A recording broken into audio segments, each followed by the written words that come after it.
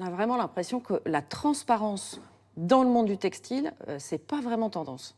C'est assez déroutant aujourd'hui, alors que ces marques, les 53 que vous avez contactées, disent toutes dans leur charte éthique ou leur code de bonne conduite vouloir de la transparence et qu'elles l'affichent d'ailleurs justement en termes de communication, qu'elles ne se soient pas prêtées au jeu. Je trouve ça assez étonnant, voire même choquant. En ce qui concerne celles qui ont accepté de nous répondre, on vous a communiqué les réponses et vous les avez analysées. Qu'est-ce qui en ressort ?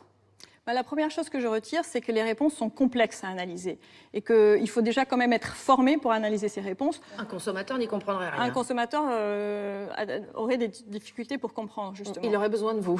Il aurait besoin de nous ou de décodage particulier, oui. Parce que même avec des questions très claires que vous avez posées, les réponses ne sont pas toujours claires. Donc vous avez par exemple le groupe Inditex qui... c'est Zara, Massimo Dutti et Bershka qui refusent de donner la liste de ses fournisseurs. En se cachant derrière la confidentialité. Quand en revanche, vous avez le groupe CA, par exemple, qui donne la liste de ses fournisseurs. Donc on voit bien déjà que quand on nous dit « ça n'est pas possible pour des raisons de confidentialité » alors que d'autres le font, ça veut dire que c'est possible. Bien sûr.